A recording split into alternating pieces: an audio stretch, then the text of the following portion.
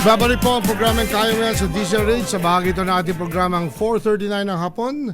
Alam nyo, minsan nang bumisita sa atin to sa programa via Zoom. Yes. At that moment, sabi namin kay partner Chito Zulueta, kwento mo yung pagiging global Filipino. Because this guy, this classmate of ours, taga 4B yan ha. Huwag ka magkakamali. For eating. This guy conquered the pharmaceutical industry. He rose to the top. At sabi namin noon, pare, ano bang ng global Filipino? So sabi namin ni Emily, ibalik natin si Mr. Zulueta and ask him, at this point in his life, nandito na siya sa aspect ng pay it forward. Lahat ng blessings na nakuha niya in 30 years of professional life, nandito na siya sa Pilipinas para tumulong naman sa iba. Chito, welcome back sa programang Kaya Mo Yan sa DZRH. We're very happy to have you here in studio with us with Cory and Emer. Yes. Salamat, Ricky. Delighted to join the three of you. By the way, I couldn't help laugh during the last segment. Tsaka ang dami kong natutunan. So, si Cory nga, parang doktor. Tsaka para hindi ka tense, manood ka ng Kaya Mo Yan. Kita mo, si Raymond Atendido nanonood ngayon. Parang Raymond, happy birthday. Happy birthday. Kaya sinabi ko kagabi, kasi nagkita kami, di ba, sa wedding anniversary. Sabi ko, Hemer, Pagaling ka, Raymond. Pagaling ka, Raymond. We want to see you more often. And dumating siya kagabi. Nakakatuwa. Sabi ko, lumalaban ka at yan ang dasal namin, na lumaban ka. Huwag ka magpapatalo dyan sa sakit mo. Kaya mo yan! Kaya mo yan, Raymond. And we're happy to see both of them yesterday. Andun din si Mrs. Atendido. At siyempre, Chito, itong aspect or thought of paying forward. Paano mo naisip ito sa ginagawa mo ngayon post years in professional life? Katulad ng sabi mo, no? 30 years akong nagtrabaho sa pharmaceutical industry sa iba-ibang bansa. So, while I'm out of the country, yung puso mo nasa bayan pa rin. In many Di nawawala, ways. no? Di nawawala. Kahit na marami sa inyo siguro dyan, yung mga anak nyo nasa abroad. Eventually, babalik din yan. So, ako naman, I was privileged enough after retiring for a company called Lilly. It's the world's biggest healthcare company. Yes. Na inisip ko, what can I do to support naman the Philippines in many ways? So, naging director ko sa maraming boards. Last year, nakuha akong chairman ng board ng Zuellig. So, yung Zuellig, nagdi-distribute ng mga gamot sa Pilipinas at Southeast Asia. Tapos naisip ko, ano pa kaya pwede kong gawin? So, yung advocacy ko to help entrepreneurs. So, Filipino entrepreneurs. No? So, I invested in a number of Philippine startups. And natutuwa ako kasi talagang very talented ang Pilipino, mga entrepreneur, matutuwa ka. But they just need guidance. No? Both from leadership development as well as how do you improve the operational effectiveness and efficiency of the business. No? Binanggit niya guidance, Cory. Oo, importante. Sabi ko nga kay Chito, yung pay it forward is not physically giving money. Hindi. It is imparting to the young entrepreneurs what you have learned in your successful career. And that's mas valuable kaysa doon sa investment. Di ba? Kasi I always tell everybody, Emma, di ba? Tayo professionals, di ba? What we have here is our gold mine. When people hire us to work for them, it's because of what we have here and which they don't have. Right? Now, ito na yung mga young entrepreneurs na nakikinabang ngayon sa Pay It Forward ni Chito. Kanina before the show, sabi ko kay Chito, take note, ang profile ng listeners natin come from the majority of Filipinos who are in the maybe C, D, E, but have children working abroad. Now, doon sa aspetong yun, Chito, anong message na pwede nating sabihin sa mga magulang na nakikipag-usap sa mga anak nilang ngayon, sila ngayon yung Chito 30 years ago diba? Ano ang message na pwede nilang sabihin doon sa mga anak nila na at a certain point, kailangan tumulong kayo sa bayan? Oo. Actually, ang ganda ng sinabi mo, Ricky. No? At the end of the day, pagka nasa edad ka na magre-retiro ka after a long career. And I think many of the children, yung mga anak nila nasa abroad, Correct. inevitable yun, no? That many of them will work outside the country. Na babalik din sila. And I think as parents, yung mga magulang, i-encourage na bumalik sila. Kasi maibibigay nila yung mga natutunan nila abroad. Correct. Plus, the savings that they have, no? So Yeah. I agree, katulad ng sabi mo, yung nasa isip mo, yung what you've learned and experienced, you can share that, no, to the people here. In my case, the entrepreneurs. I also like leadership development, so I'm able to share some of that. So the parents should encourage the children to eventually consider coming back. Napansin ko, ang dami bumabalik. Ang dami bumabalik. Even our generation, no, people who worked abroad for many years have come back. And I have to tell you, sinabi mo rin kanina to, Ricky, actually when you give, you're the one who has actually blessed it. Correct. No? As you actually give the abundance that you receive, not of the same maybe material things, but the satisfaction that you get out of helping is just a tremendous blessing to do. Well, I'm sure Cory deals with a lot of young, especially the beauty pageant the contestants. At I'm sure meron dun ini-impart din si Cory dun sa mga yan. That's why they look up to him. Exactly. Yeah. So we have a situation here, Cory, nga Chito is ready to impart certain things to those young contestants. Kasi yun ang Ang mga gustong mag-umpisa ng negosyo. Oh! Oo, tama naman yun. Kasi you will not be a beauty pageant holder for life. Oo. At a certain Totoo point, yan. di ba? At saka, they're very enterprising. Oh, yun pa. Palaging naghahanap ng negosyo. Oo. Pero they need guidance, syempre. Oo. And you know, if I think for economic growth, di ba, Yeah. and development Yeah. of the country, actually the private sector has to play a significant role, as it has. Yep. And the entrepreneurs play such a critical role, no? At saka ang daming entrepreneur na Filipino. I think we just have to guide them, people who've had more experience. Guide them, provide obviously the investment resources required Correct. to grow the business. And it's amazing what they can accomplish with that support. Sometimes it's easier. Kagabi, pinag-usapan natin, Emer, yung kumuha ng franchise. Yeah. Di ba? Ako, ibang position ko dun eh. Ah. Create your own brand. Oo. Create your brand and create your own franchise. Tama. Kasi minsan, yung get a franchise, ang kikita lang yung franchise Oh, holder. syempre. Oo, Tama yan. yun. But if you create your own brand, Yes. talagang you will put all your heart and mind into it so that it can grow big. Kasi ikaw yun. Ilagay mo na lang investment na ibabayad mo sa franchise company into a new brand concept that you have. Great idea. Tsaka I think the other advice is, kung minsan some of the startups, I think there's statistics that only maybe 1 or 2 out of 10 may succeed. Correct. Okay lang yun. You learn from your mistakes. Bangon uli. No? Oh, yun. And have this positive can-do, will-do attitude. And I think I see that in many of the young people today. Nakakatuwa eh. Kasi they have the fire in the belly, a desire to win, At a saka willing to positive take attitude. risks sila, ha? They take risks. Oo, wala silang takot. Tama. I think the pandemic also caused that. Yeah.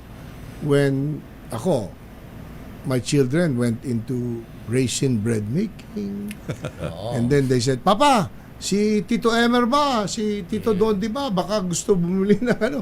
Ang pinaka number 1 kliyente namin si Dr. Elvis. Yun. Oh, Elvis. Kasi, ayaw na niya magluto sa bahay, di ba? Lahat nun delivery na lang. Tama. So, Galing my naman. children went Delivery into all service. sorts of baking. Tapos, they sell it online. Hindi sila lumalabas. Dadating lang yung rider. Magbabayad via online. Tapos, delivered na. Kung gusto mo, bayaran mo na yung delivery fee o babayaran pagdating doon. Galing The naman. pandemic taught the young How to be enterprising. how to be enterprising. Oo. Idadagdag ko lang, Ricky, no? Obviously may mga nanonood sa inyo na maybe hindi naman hindi entrepreneur pero nagtatrabaho sa kumpanya. Ayun. My message to you is to also develop your own leadership skills and Yeah. traits. Kasi not everybody can be an entrepreneur. And I think it's amazing for me to also see young people or people in middle management who are committed to their own leadership development. It's a commitment Correct. to say, you know what, I'm gonna try to live a life of excellence na hindi pwede ang pwede na. Ayun. Na sa sarili nilang buhay, sa trabaho, and they can advance in their own companies that they work for. So, Ang ganda nun. yung mensahe natin na ganito, the skills required and traits required of an entrepreneur is badly needed also in companies. In companies. For employees and managers within the company. So, again, the traits of having fire in the belly, wanting to win, positive can-do attitude, a desire and a curiosity to learn and be better. I mean, these are traits that can be learned. Leaders are not born. Yes. They're developed over time. That's And right. so that's, I would just like to add that message na katulad ng programa nyo.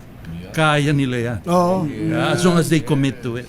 Ako, I'm asked to speak about career path. Number one statement ko sa opening ko, it is not a straight line. Tama. Oo. The career path In a has crooked way. zigzag. Zigzag. Parang kang umakit ng bagyo. Yeah. Diba?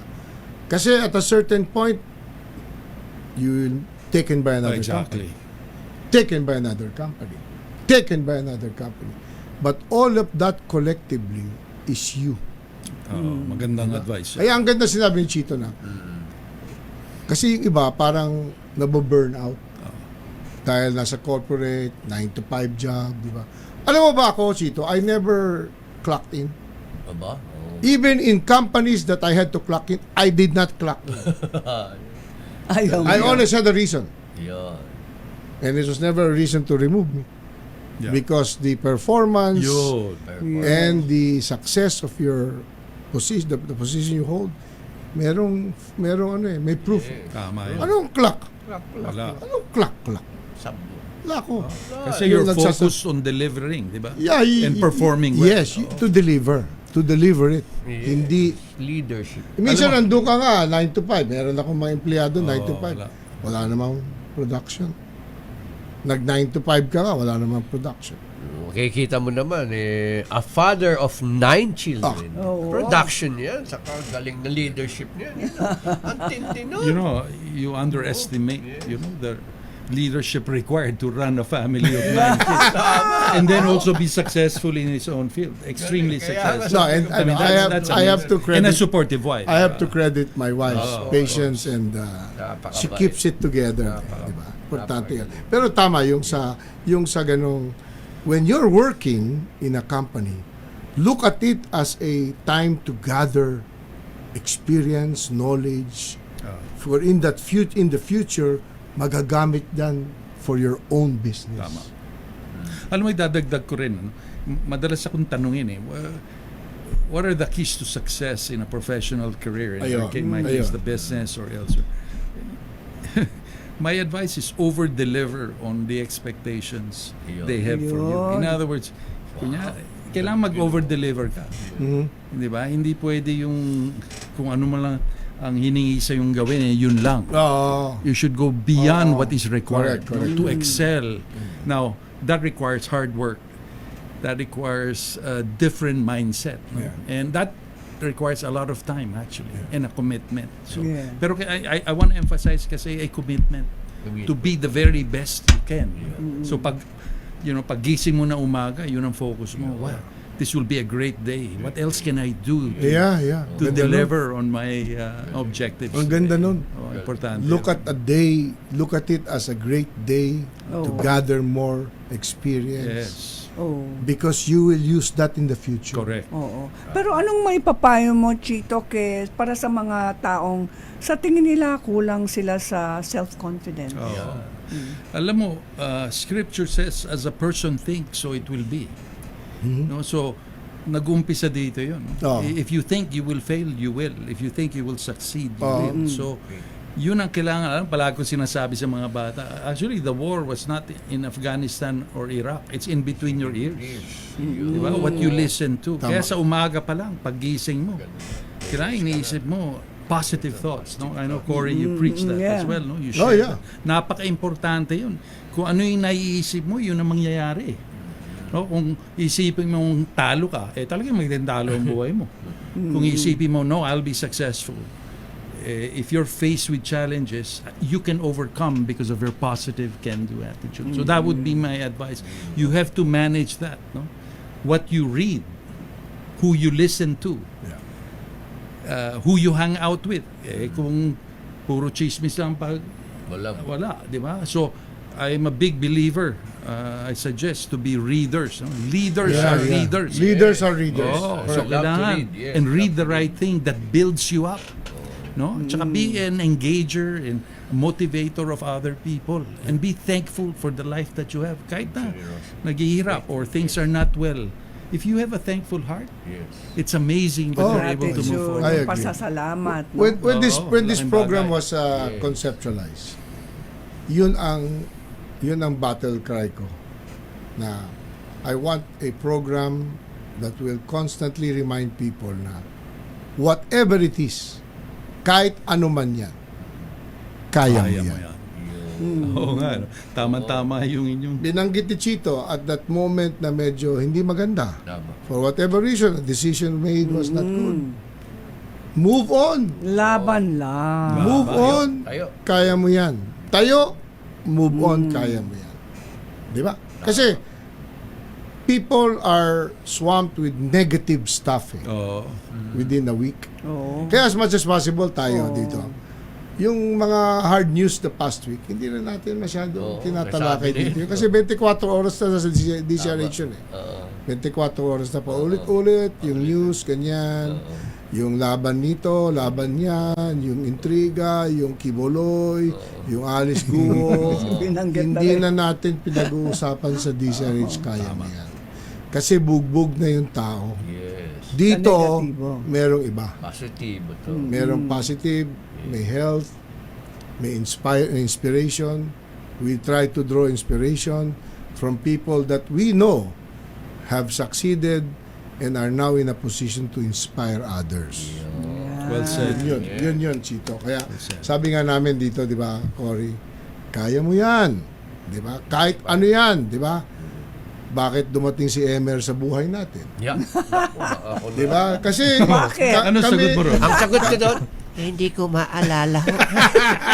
ito kasi kami, alam mo kwento namin ni Cory, matagal na kami magkailangan ni Cory. Yes. Nagkasama pa kami sa Korea niyan. Yeah. Would you believe, Chito, we saw a In the steel war? In the plant war? in Korea.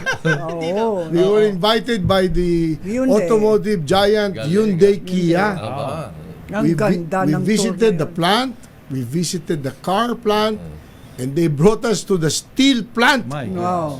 Nakita Yan namin ang yung mga steel bars ginagawa. Nalula kami. Plant dito, yes. And then one day, nagkita kami ni Cory. Sabi ko, sige, Mabuti naman Gines ko siya, Gines ko. Sabi ko, galing guest naman. natin si Cory.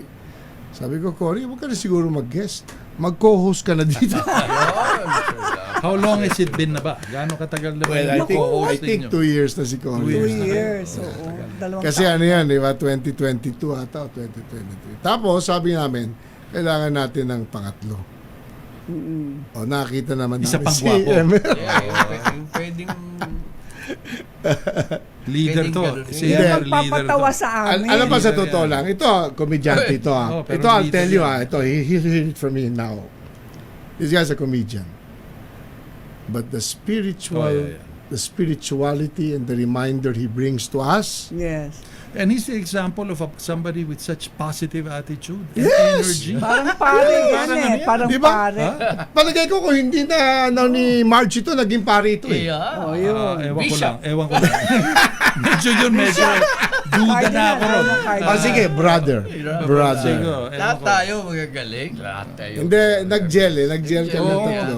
Nakakatuwa kayong tatlo. Nagpo-volunteer lang ako Pag rito. nakita mo yung chat group Nakakatuwa namin, kayo ibang tatlo. klase yung chat group namin eh. You all complement each other in your skills. Ano?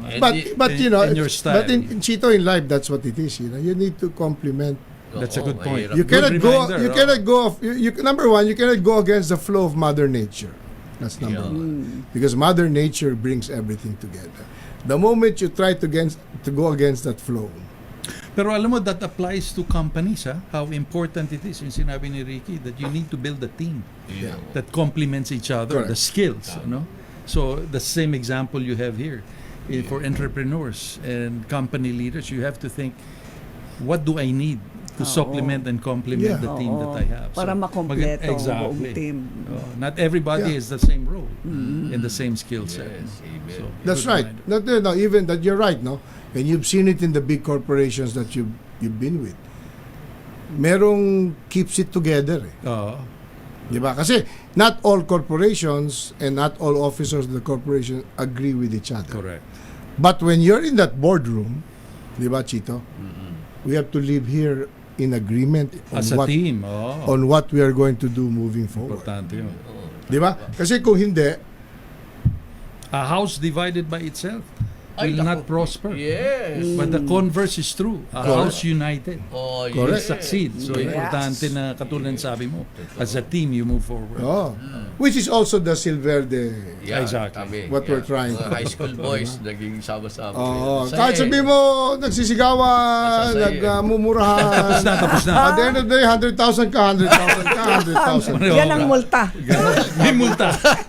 Muntik na rin magka 100,000 si Dr. Binoy kagabi. Oh, naku. Kamontek na. Hindi lang siya masyado. Late kasi siya. Yan ang sinasabi sa inyo. O dapat may multa pag late. Of course, Oo, yes. dapat like Rotary Club, meron Yeah. ganyan. Oy, paalala mo, no, December 2? December 2, Christmas party na natin. Yeah. Ay, ginabati natin. Yeah. Batiin mo. Ayan, sino Eka ba? and Babette Fernando. Doktora. Doktora. Si Eka. Birthday din ng Yung doktora, alam mo, sa batch natin, dami. ang daming mga batchmates na may anak na doktor. Sama na ako dun, ha? Ha? Tingnan mo, Oo, Chito, ha? yung youngest Ako, ko. meron ako. meron ka rin. Siya, isa. Oo. Sino pa ba? Doktor ka ba? Anak mo, doktor?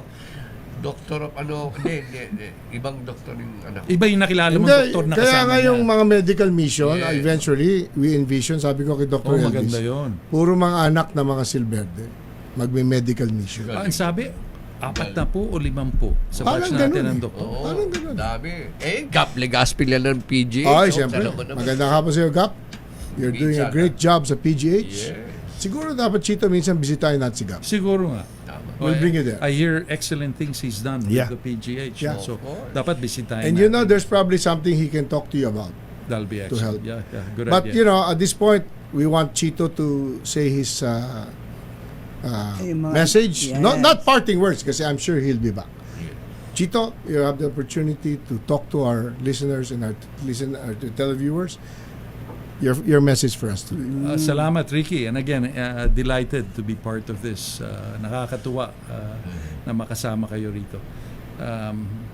For the young people, you have to decide early in your life to have a life of excellence, that you will be a person of excellence. It's a decision to be made. Kasi once you make that decision, actions will follow that decision. What you read, what you listen to, what you aspire. Have a vision for yourself. Have a vision for your family. And then put a plan together and an action to get to where you want to go. And let me tell you, there's a promise. If you believe it, you will achieve it. But it requires work and dedication. No? Success should not be a surprise. There are elements. Requires the right traits of a positive can-do attitude. The ability to be diligent, the ability to be curious.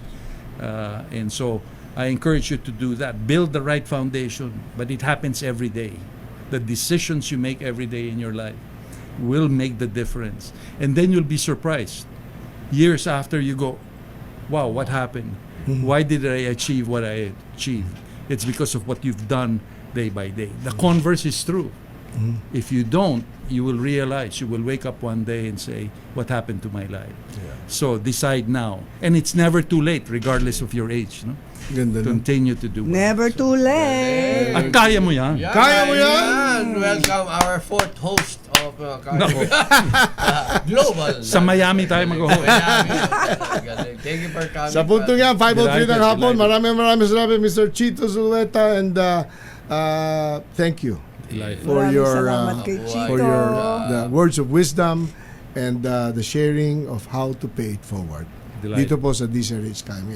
Partner Cory, may babatiin ka pa bago tayo magtapos? Wala babatiin ko ang ating mga kababayan. Okay. Na sila ay maging mas healthy at happy. Yun. At next week, Chinatown. Miss Chinatown. Hindi ba tayo next pwede sa week. Chinatown magprograma? At Mr. May Mr. and Miss Chinatown. Saan nyo ito? Mr. and Miss Chinatown dito next week. Emer? Wala, yung mga Silverde Boys, nanonood lahat. At yung mga kaya mo yung natics yan, ang dami-dami nyo. Hello, happy birthday, happy anniversary. Tuwing Sabado, tandaan nyo, alas 4 hanggang alas 5 na hapon ang inyong paboritong programang Kaya mo yan! Bye! Happy weekend! Happy weekend! God bless! Bye!